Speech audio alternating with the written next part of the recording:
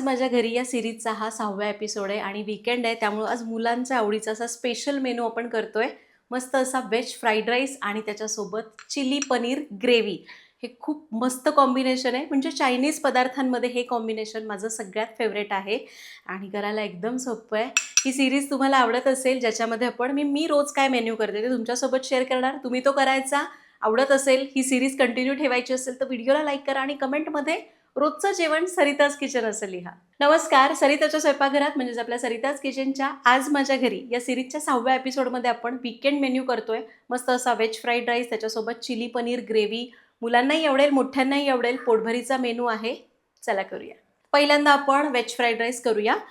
तर इथं मी आधीच भात तयार करून घेतलाय आणि मला ना फ्राईड राईसला लांब दाण्याच्या तांदळापेक्षा कोलम तांदूळ जास्त आवडतो आणि तो ना खरं मॅनेज करायला सोपा पण असतो.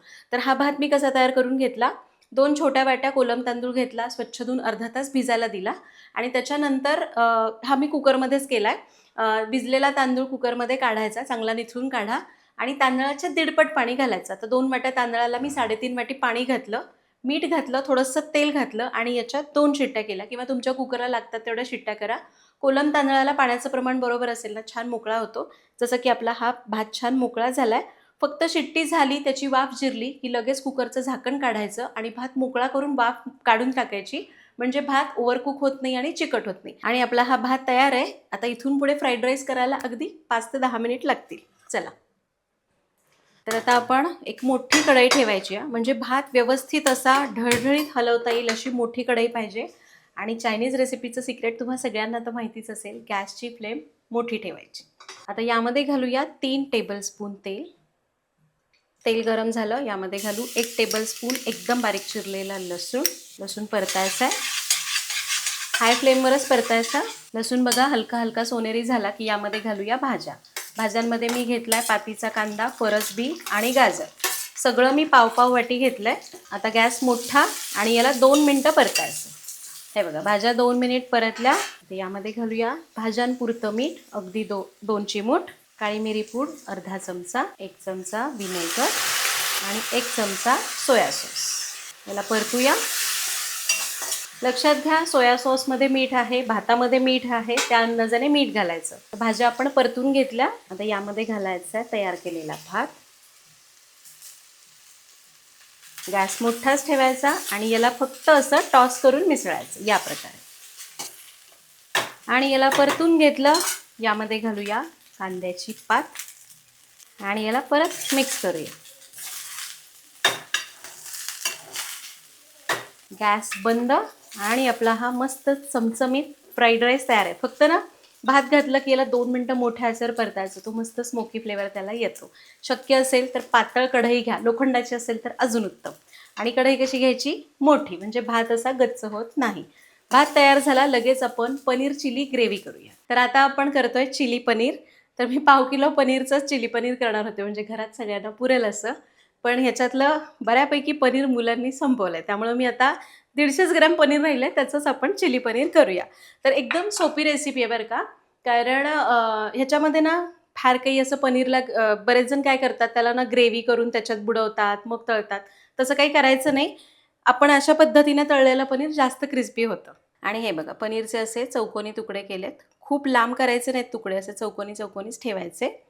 आता यामध्ये घालूया 1 चमचाभर मैदा. हे 150 ग्रामचं प्रमाण मी सांगते, 1/2 किलोचं प्रमाण डिस्क्रिप्शन बॉक्समध्ये आहे. त्याचबरोबर घालूया 1 चमचा कॉर्नफ्लोअर, थोडंसं मीठ, जास्त नाही, अगदी 2 चिमूट आणि थोडी मिरची पावडर. आता याला टॉस करूया. हे सगळं आहे ना पनीरला चांगलं लागेपर्यंत याला असंच टॉस करायचं. हे बघा, हे सगळं पनीरला व्यवस्थित कोट झालं आहे. आता याला तळून घेऊया. आता पनीर तळण्यासाठी कढईमध्ये तेल तापायला ठेवलं आहे. छोटी कढई घेतली म्हणजे तेल जास्त लागणार नाही. पण हे पनीर जे आपण तळतो ना, त्यावेळी ना ते व्यवस्थित बुडेल असं तेल पाहिजे, त्यामुळे लहान कढई घ्यायची. आता पनीर तळण्यासाठी तेल मध्यम तापलेलं पाहिजे. जास्त तापलं किंवा कमी तापलं तर पनीर नीट तळलं जात नाही. जास्त तापलं ना तसं पटकन चिकटून बसतं आणि जर तेल कमी तापलं असेल तर पनीर ना असं क्रिस्पीच होणार नाही, असं नुसतं ना तेल ओढून ओढून मऊ मऊ होईल. ठीक आहे. आता तेल मध्यम गरम झालंय का बघूया. एक छोटी गोळी टाकूया. हे बघा, बबल्स येतात आणि गोळी पटकन वर आली चिकटली नाही आणि करपली पण नाही. याचा अर्थ तेल अगदी परफेक्ट गरम झालेलं आहे. मावतील एवढे पनीरचे तुकडे यामध्ये सोडायचे. जास्त गर्दी करायची नाही. तर सगळं पनीर याच्यात मावलं. पाव किलो असतं तर 2 बॅचेसमध्ये तळावं लागलं असतं. आणि हां, हे मी पाव किलोच्या प्रमाणे सगळं साहित्य घेतलेलं आहे. डिस्क्रिप्शन बॉक्समध्ये पाव किलोचं साहित्य इथं मी तुम्हाला सांगताना थोडंसं कमी सांगेन, ठीक आहे. आता पनीर तेलात टाकलं की लगेच त्याला धक्का लावायचा नाही. एक अर्ध्या मिनिटांनी ते थोडंसं कडक लागतं. सेट झालं की मग याला चांगलं गोल गोल फिरवत तळून घ्यायचं. तर एक अर्धा मिनिट झाला आहे आणि हे बघा पनीर ना हलकं हलकं सेट झालं आहे. थोडंसं असं कडक जाणवू लागलं. आता याला गोल गोल फिरवत छान असं क्रिस्पी होईपर्यंत तळून घेऊया. जास्त वेळ लागणार नाही, 2-3 मिनटं लागतील. आणि हे बघा पनीर छान तळून झालेलं आहे. आता आपण काय करूया, असं झाराला क्रिस्पी लागायला लागलं पण हे लगेच मऊ पडणार. मग तसं होऊ नये म्हणून काय करायचं, पनीर तळून झालं की गॅस मोठा करायचा आणि मोठ्या आचेवर 1 मिनिट तळायचं. म्हणजे वरचा लेअर मस्त क्रिस्पी होतो आणि ते छान कुरकुरीत लागतं. आणि साधारण मिनिटभर मोठ्या आचेवर तळल्यावर बघा ते आणखीन छान सोनेरी झालं आहे, आणखीन क्रिस्पी झालं आहे. काढून घेऊया. याच भांड्यामध्ये काढून घेते. मस्त क्रिस्पी झालं आहे. मुख्य म्हणजे पनीर अजिबात तेलकट झालेलं नाही. पनीर फ्राय झालं आहे. आता लगेच आपण याचा सॉस करून ग्रेव्ही करूया. आता आपल्याला सॉस करायचा आहे, त्यासाठी कढई गरम करत ठेवली आहे. आता आपण जे पनीर तळून राहिलेलं तेल आहे ना, त्यातलंच एक 3 चमचे तेल घेतोय.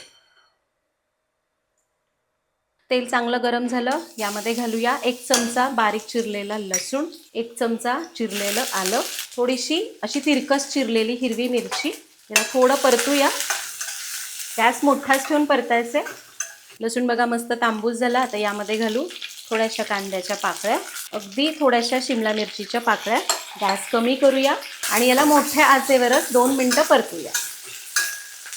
तर या भाज्या मोठ्या आचेवरच हलक्या हलक्या डाग येईपर्यंत परतायच्या, म्हणजे अशा कुरकुरीत राहतात, गिळगिळीत होत नाही. भाज्या चांगल्या परतल्या. आता यामध्ये घालू 1 चमचा सोया सॉस, अर्धा चमचा व्हिनेगर, थोडीशी काळी मिरीपूड, अगदी किंचित मीठ, थोडीशी कोथिंबीर, साधारण 1 चमचा रेड चिली सॉस. पाव किलो घेताय तर थोडंसं जास्त रेड चिली सॉस घाला. याला आता मिक्स करूया. आता एका वाटीमध्ये 1 चमचा कॉर्नफ्लोअर घालूया. याला चांगलं मिक्स करायचं आहे. 1 वाटी पाणी, 1 चमचा कॉर्नफ्लोअर घालून याची स्लरी केली. ही कॉर्नफ्लोअरची स्लरी यामध्ये घालूया आणि याला 2 मिनटं मंद आचेवर शिजवून घेऊया. आणि हे बघा याला आपण चांगलं 2 मिनटं शिजवून घेतलं. कॉर्नफ्लोअर चांगलं शिजलं आहे. हे बघा असं हे थिक तयार झालं आहे. जर तुम्हाला ड्राय मंचुरियन हवं आहे तर असंच पनीर यात घालायचं. पण आपण ग्रेव्ही करतो आहे त्यामुळं आणखीन 1 वाटीभर पाणी मी घालते. पाणी घातलं. याला चांगलं मिसळून घेऊया. हे बघा अशी ग्रेव्ही केली आहे. आता हे जे जास्तीचं पाणी घातलं आहे, गॅस कमी ठेवू आणि मंद आचेवर 2 मिनटं शिजवून घेऊ. आणि हे बघा 2 मिनटं ही मस्त ग्रेव्ही रटरट शिजती आहे. यामध्ये घालूया तळलेलं पनीर, कांद्याची पात. याला मिक्स करून घेऊ आणि आपलं हे मस्त असं ग्रेव्हीतलं चिली पनीर तयार आहे. गॅस बंद करूया.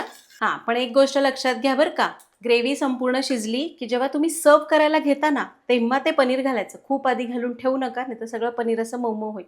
बेस्ट लागतं पण क्रिस्पी राहत नाही. तर अशा प्रकारे आज आपण इथं केलं मस्त असं चिली पनीर आणि त्याच्यासोबत आपण केला हा फ्राईड राईस.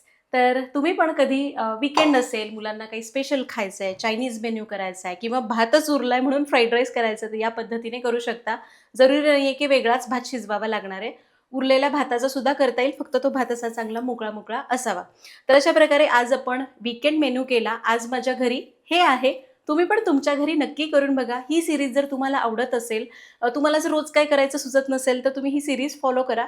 मी जे करेल ते तुम्ही करायचं, प्रश्न पडतच नाही. तर करून बघा, कमेंटमध्ये सांगा. भेटूया पुढच्या भागात. Happy cooking.